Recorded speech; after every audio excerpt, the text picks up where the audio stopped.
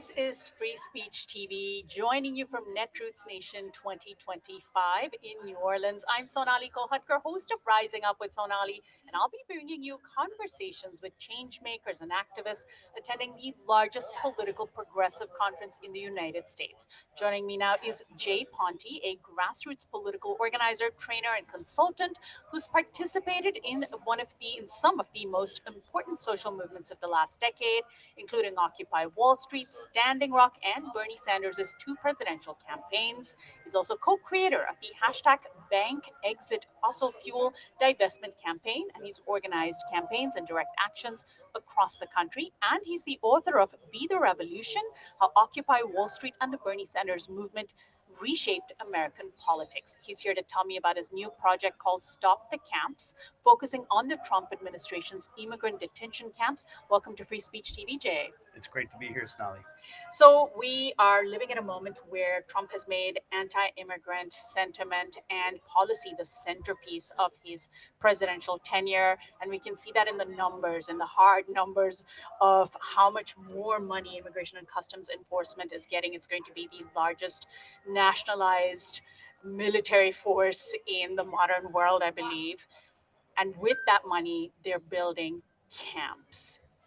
What does this concern you? How much does this concern you? Are we looking at the beginnings of what could be basically a wave of concentration camps? Yeah, well, this is a return to the stain on the American memory of internment camps that we saw in World War II, the Japanese American population. And we know that they have greenlit financially these camps. What happened with the Alligator Alcatraz? They rolled that out in 8 days. Essentially, they're converting existing military bases like Alligator Alcatraz. So this is the camp in Florida in a remote Yes, location, correct. built so fast that it's barely functioning. And of course, we're hearing But this is reports just of the horrific beginning. Yeah, things and there inside. will be a live stream tonight. If you go to stopthecamps.com, we're bringing on a number of faith leaders. We're bringing on civil rights attorney Gerald Griggs to talk about the rollout of these camps This and is to give more. Thursday, August 7th, in the Yes, evening. yes. Eastern time, August 7th at 7 p.m. Eastern time. If you go to stopthecamps.com, I'm serving as the director of campaigns for Turn Left. But yeah, it's terrifying. It's really terrifying. Not only are we seeing ICE being deployed as essentially a Gestapo force, masked Gestapo force, even my own IT person, an American citizen, was getting coffee in a Starbucks. There was an ICE raid, and he just walked by, and they just tackled him out of nowhere because he looks like a Latino person. You and I are both based in Southern California, where we have seen just this week the Trump administration basically say that they don't even care about judicial rulings. There is a restriction in place on unwarranted sweeps of ICE, that unless they have a warrant for someone specific, they're not allowed to go in and just round people up. But they did it anyway. They went back to MacArthur Park and they did it anyway. How does this nation counter an administration that claims they are all about law and order, because that's why they're going after immigrants, just because if you break the law you have to pay the price, but they're ignoring law and order, they're ignoring judicial rulings? I mean, first we have to abandon any sort of coherent reality, expecting any kind of coherent reality from the right wing fascists. Like you have to just first off just abandon that notion. You Rules can mean nothing to them. no Laws mean nothing. expect that it is about power, it is about their agenda, and ultimately the punchline is always going to be about money, because so much of this is, I believe, motivated by Core Civic and Geo Group, who are huge recipients of giant contracts. Pam Bondi herself was a lobbyist for Geo Group, I believe. But how do we combat this? We're going to need a mobilization unlike anything we've ever seen. We've already seen people in Los Angeles fighting back. I've been down to the federal building, and people are mobilized in their communities. We're going to need to see mobilizations, but we're also going to not neglect the fact that when you allow now, I'm not a member of any political party. I don't advocate for any political party, and at the same time, when they are allowed to control the structures of power.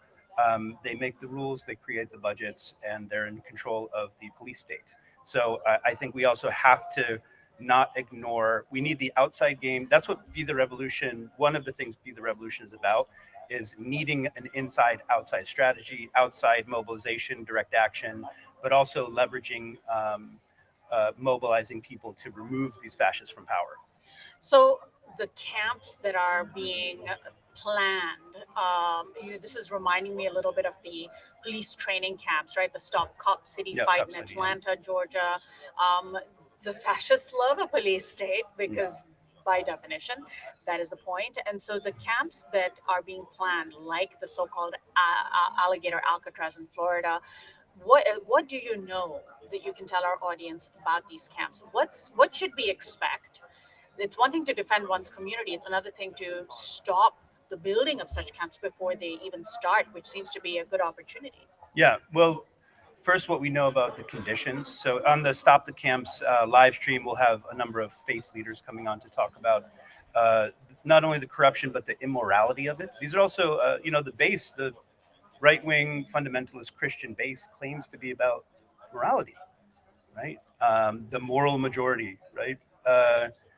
And yet they're allowing other human beings to be subjected without due process, right, to horrific conditions, maggots in the food, really truly horrifying conditions, is what some of the reports are saying. And legal residents being interned, sometimes for expressing their political opinions, as we saw with Mahmoud, expressing Khalil Mahmood, yeah. yes, exactly.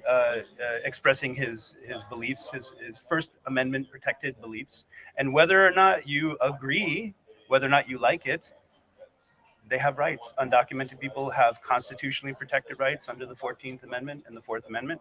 Um, they have rights. But as you say, this administration doesn't care about things No, like the Constitution. So, no. in terms of generating a mobilization, it seems as though the first step is just letting people know that it's happening, right? Like, I feel like Yes. a lot of Americans don't understand that this so called big, beautiful bill that was just passed is pouring all this money into ICE, which I imagine is the pot of money that they're going to be dipping into to build camps Mhm. and building awareness. Is that what It's you're trying to yeah, do? big. It's an OBBB, is where a lot of this was greenlit, but also I believe they're also using FEMA disaster money as well. So yeah, it's pretty FEMA disaster money, which should be going to victims of climate change. correct. Correct. Yeah, we are in the middle of, and that's one of the things that is most tragic about this. We mobilized against Governor Abbott in Austin about a month and a half ago, and one of the points in Texas, yeah. Texas. That's right. One of the points that I made is in the process, the fascists are taking up all the oxygen, talking about the fact that we are in the middle of a climate crisis, and a lot of refugees come here because of the climate emergency. So, which the United States is the most serious offender in terms of exacerbating the climate catastrophe with our carbon output. So your project Stop the Camps is going to host some live streams. Yes, that's right. You're going to be trying to raise awareness of the fact that this is happening, Yeah. and you're going to be, I imagine, talking to Yeah, there's a organizers. coalition. Yeah, there'll be a coalition, and then there'll be follow-up organizing calls. So right now, this is being tragically underreported. People have seen Alligator Alcatraz, and we've seen some of the pictures of MAGAs going and posing. They're selling merchandise. It's absolutely disgusting. And so we've seen some of that politicized, but people don't realize that they're now coming to your backyard, and this is part of a national campaign and a model, and they can roll these out very quickly. That's what's terrifying. So the idea that the Trump administration has is to build these camps across the country Right now, using tax yes, dollars yes, to benefit private corporations and imprison that's right. vulnerable people. Yeah, and And it's not just immigrants, but it could be anybody it because could be anyone. ICE is busy racially profiling. Traditionally, and traditionally, if you understand how fascist regimes work, first it starts with the group they scapegoat, then they move on to the radicals. They move on to the so-called radicals, the organizers, anyone who they see as opposition. Then it's anyone they don't like. So, and certainly we see Trump has an affinity for dictators like Duterte and others. So, I don't think it's unreasonable to have serious concerns about this. So, what are you hoping for people to be able to understand? These things didn't come from nowhere. So Yes. let's talk a little bit briefly about your book, "Be the Revolution," to give a sense of the historical context for where this latest wave of fascism has come from. I mean, maybe this is simplistic, but are we seeing this resurgence of white supremacy and this fascist chapter in the nation almost as a backlash to the success that people have had over the past couple of decades in challenging Wall Street, in centering racial justice and equity? This is the dying, desperate, and very powerful gasp of a minority of people. Yeah, so there is a lot to unpack there, which is why I wrote a book about it. And there is a lot to unpack. But essentially, I believe that fascism. So when you have times of massive income inequality, what tends to happen is it will go either the way of FDR or the way of Hitler. Okay, so this is very much a cautionary tale of when you see the corporate state. Very much, it's not just the Republicans. We've seen the technocracy and the neoliberal, what I call the corporate state, which is irrespective of any party. It's really just the working together of elected officials with corporations, corporate consultants, with law enforcement, the police state, and the media establishment to suppress the. And I'm not. This is not abstract. This is not tinfoil. We know exactly when they have conference calls. We know that there are Freedom of Information Act. We know this happens. But when you suppress populist movements, as was the case with Occupy Wall Street, the two Bernie Sanders movements, Standing Rock, eventually what you have is that has to be expressed in some way. But also, the fascists do copy our playbook, and they have.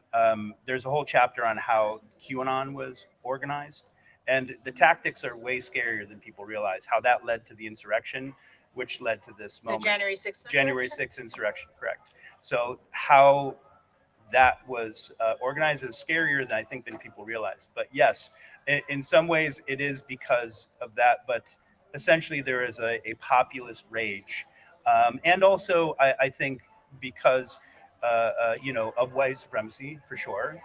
Yeah, the election of Barack Obama was one of those moments where the promise of white supremacy, the expectation, because I think it was W.E.B. Du Bois who talked about how there is sort of an emotional, white people have they're paid in the emotional labor, because they're not being given the same economic opportunities, but they get to have the perception that they're on the top of the pyramid, right? And so when that's being challenged, then it's easy for demagogues to capitalize on that, which is what essentially what happened.